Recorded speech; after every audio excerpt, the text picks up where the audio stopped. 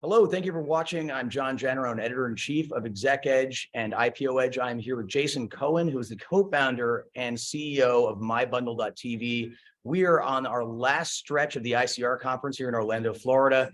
Jason, thanks a lot for joining us. Thanks for being there. It's awesome. All right, so I've got a lot of background in this industry, and I'm excited to talk to Jason because he is a true innovator. Now, Jason, I'd actually like to hear a little bit about how you got into this business first. So Jason was actually a portfolio manager. So you're on the buy side.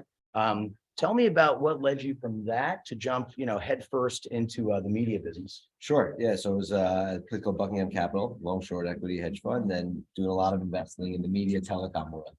And pretty early on, we had this thesis that TV was going away. It was going to move to streaming, the traditional TV business. And at the same time, that was going to allow for this whole world of what we call overbuilders, new broadband providers coming in, sit at my desk, watch this happen, saying like, what's missing? This is all complicated. And so what was missing was a technology company making it simpler. And after about a couple of quarters of listening to earnings calls, I said, you know what? Why don't we do that? And so that's what led us to start MyBundle. Great. So I remember, and I think this is going back to say 2012, 2013, Hulu was in its infancy, and there were a lot of doubters. People were saying this is not going to work. And, people were saying, absolutely, it's got to be, because the younger generation in particular didn't want 500 channels. And you got this clunky box, right? Sometimes maybe more than that, more than 500. Most of them you never watch. But what happened is, to my surprise, and you can explain this better than I can, the cable companies have actually kind of gone the same way as consumers have. Can you explain to me how that worked out? Yeah, so it's an interesting, it was a flywheel, right? At first it was Hulu, first it was Netflix, and then Hulu, and so there was content outside the bundle, and so more people said, well, maybe I don't need the bundle, so they cut the cord, and now there was more eyeballs outside the bundle, so more streaming services came in, and so you had this going. Then Disney Plus said, all right, we got to get there. And I think about 2 years ago, it really, the wall just broke. Obviously, COVID pulled forward a ton of streaming just from a time perspective. And now it's almost, okay, what comes next? And so consumers have said, I'm done with the big bundle, right?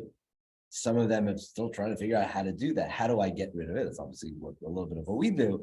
But ultimately, what's interesting now is the industry has gotten to a place where there's about 65 million households left who have traditional TV. So we've lost 35 million households over the last few years. 15 million are using virtual MVPDs, a Fubo TV, a YouTube TV, a Sling. What's happening now is the price of the old bundle is just going up and up and up. So as people cut the cord, the response has been, well, now we got to raise prices to maintain revenue, which is only pushing more and more people outside the bundle. It's gotten to the point, which is really very interesting now, where the actual cable providers, and there's 700 of them across the country, are now saying, wait a second, what are we doing in this business? Because they're not making money. In fact, they're losing money. And the customers are accusing them, like, hey, why are you raising prices? And so is there an opportunity for them to be more in the data game as opposed to in the traditional video distribution business? And of course, that is what we do. And so that is what we're helping them with today. That's really interesting. So what you're saying is that there are plenty of virtual MVPDs out there. So, I mean, we talk about the ones that people know quite well. Sling's been around for years, but the trouble is it's kind of complicated and messy. For instance, I like news and sports, but I'm not sure what I should have. So, I have Fubo and Sling, but maybe if I logged onto my bundle, you might tell me that's not the best combination. Is that right? Yeah, and you at least have the advantage of having heard of those. Yeah. Right? So of the 65 million people who are left, if you think about it, like the early adopters have already moved on. We're into the middle and then eventually the late adopters. And we think the number is out of those 65 million, 35 million will be better off, at least 35 million, with a virtual MVPD. Now, they don't know what a virtual MVPD is. They don't know what a YouTube TV is. They don't know what a Sling is. They know what channels they want. And so what we've done is we've partnered with the broadband industry. We're up to 143 broadband and cable providers today. Wow. It's up. And when we did this last year, we probably had about 65. Yeah. And so a lot more to go. But what we do is we help them educate those prospective customers to say, like, what channels you need? This is the service that's right for you. Take a research project and make it really, really simple. And now it's going beyond those virtual MVPDs. Even the rest of the streaming world, a tech-savvy 32-year-old has 8 different streaming services. How do they find shows and movies? And so we've been very focused, again, the last year, building out our universal search Tell us what apps you have. We'll help you find the next show or movie, create your watch list. And now what's exciting is actually help you doing the billing and actually doing the subscription management, where not only we help you find the content, but actually help you. So we're live with our first partner is Sling, where you can actually buy Sling from us and we'll help you. And we've got a whole bunch more coming.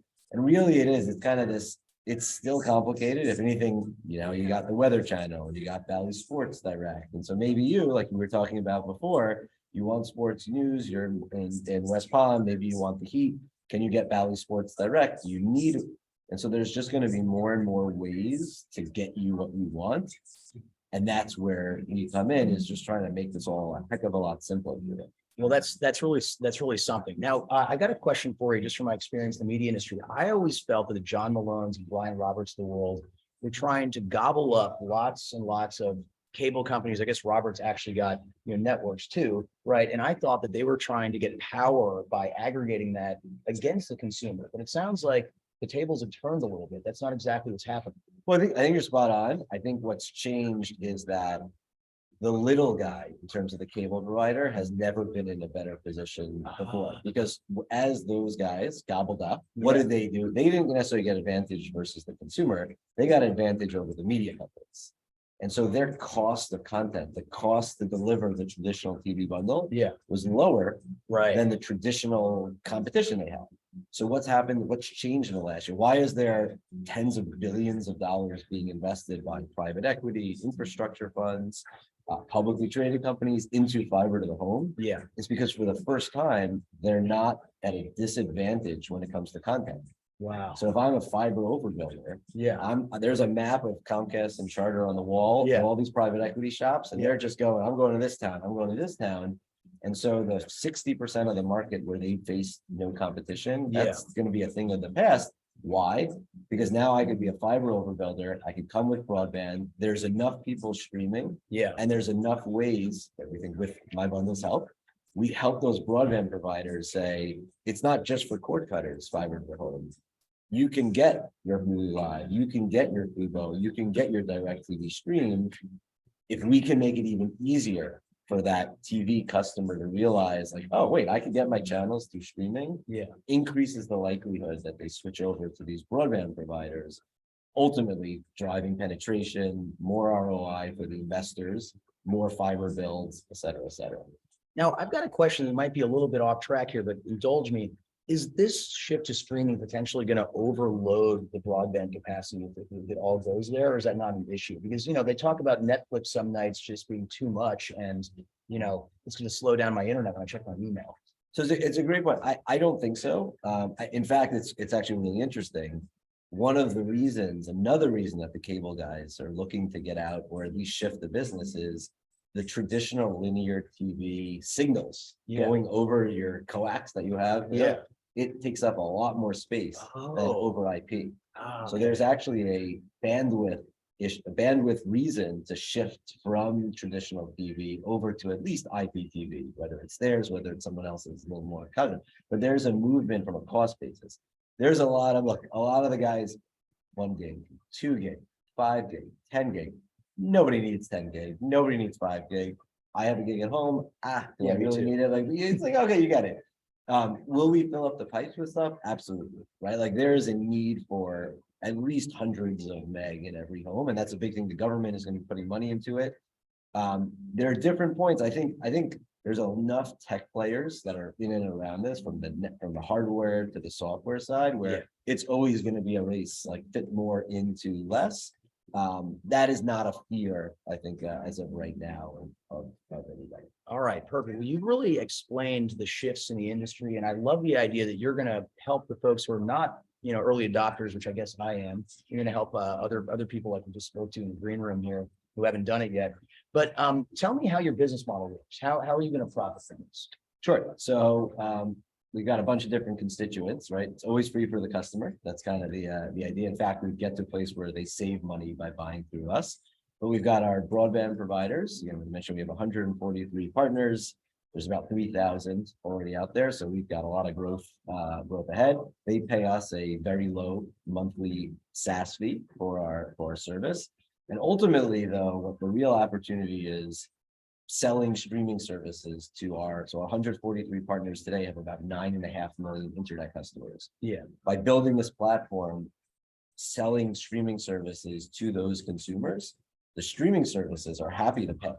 It's like, wait a second, these are like good quality, low churning customers. It's another channel. I'm not named Google or Roku or Amazon, right? Yeah. And so the idea of getting paid by the streaming services and then sharing that revenue with the broadband provider. There's a lot of money trading hands here. Yeah. But we're getting money from the streaming services. When you buy a streaming service through us, we're going to have a fast, which is going to also lead to ad revenue coming in for us, but for our broadband providers. And so we really think of ourselves as building that future video platform for the broadband industry if your name isn't Comcast or Charter or Verizon.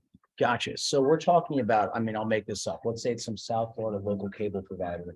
Now, do I need to be on that broadband? Do I need to be a subscriber to them to use my bundle? So if I'm with Comcast, can I work with you guys or? Yeah, so we've got mybundle.tv. So we got a D2C element. It's mybundle.tv or mybundle.com. We got them both. Yeah. But you can go there and use our tools. Okay. With our broadband partners, what we do is we take our tools and we co-brand them. Some of them live directly on their website. Other might be streaming.southfloridabroadband.com. But the idea is their customers are using, like their broadband providers telling their customers about their branded version of the tools. Obviously, on the back end, we know how to keep everything separate. Yeah. So we know who came from where and who's a profile of what. But no, we have that direct to consumer capability. The focus really has been like who needs us the most, who can we really help the most quickest, and those broadband providers. And like you said, it's rural electric co-ops bringing fiber to people who never had internet before. Wow. There's 10 million homes at least who don't have broadband. And that's where our partners are bringing that broadband for the first time to these people. And what's a streaming? What's a Roku? Like they don't know what that is. It's hard to sometimes learn, but that hasn't been part of their world. And so that's a big role and a big opportunity for it's us to come in and be that streaming choice for those players. Great. So let's talk about your growth strategy. I mean, you just talked about, sounds like more than doubling your number of partners in the last year since you were on with my colleague roughly a year ago here.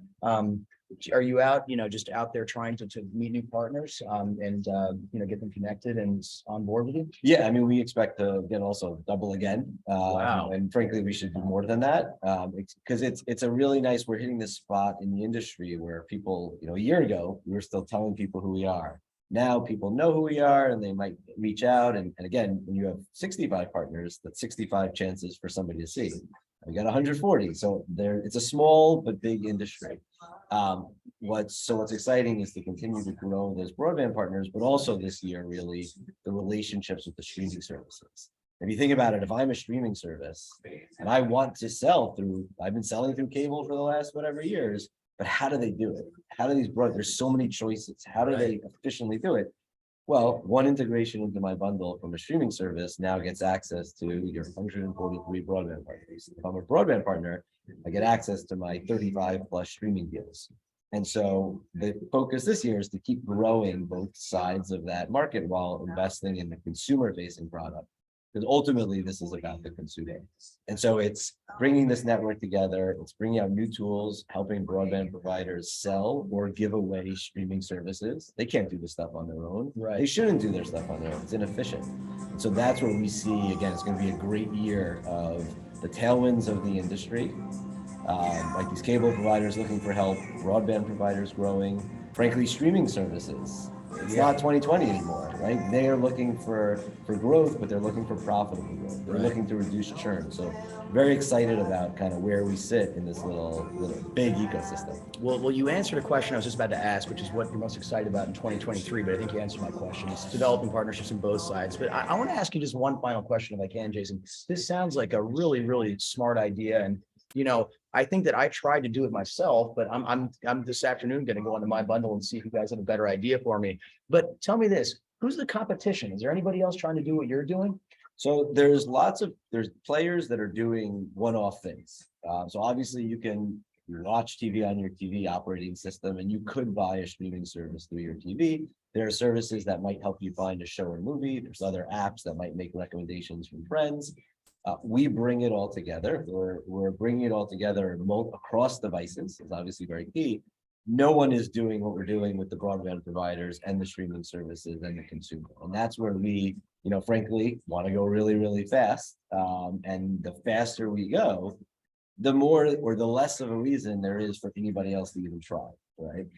So again, it's exciting times, tailwinds and headwinds to different players. Yeah. But the reason why I got into this, I basically said there's a $300 billion combined industry that was being thrown in the air. Yeah. And it was going to come down in a different way. And we're just trying to be that WD-40 to make everything a little bit less friction. All right. I think we're going to leave it there. That's a great way to capture it. Jason, thanks so much for joining us. I really enjoyed that. Thanks for being here. All right.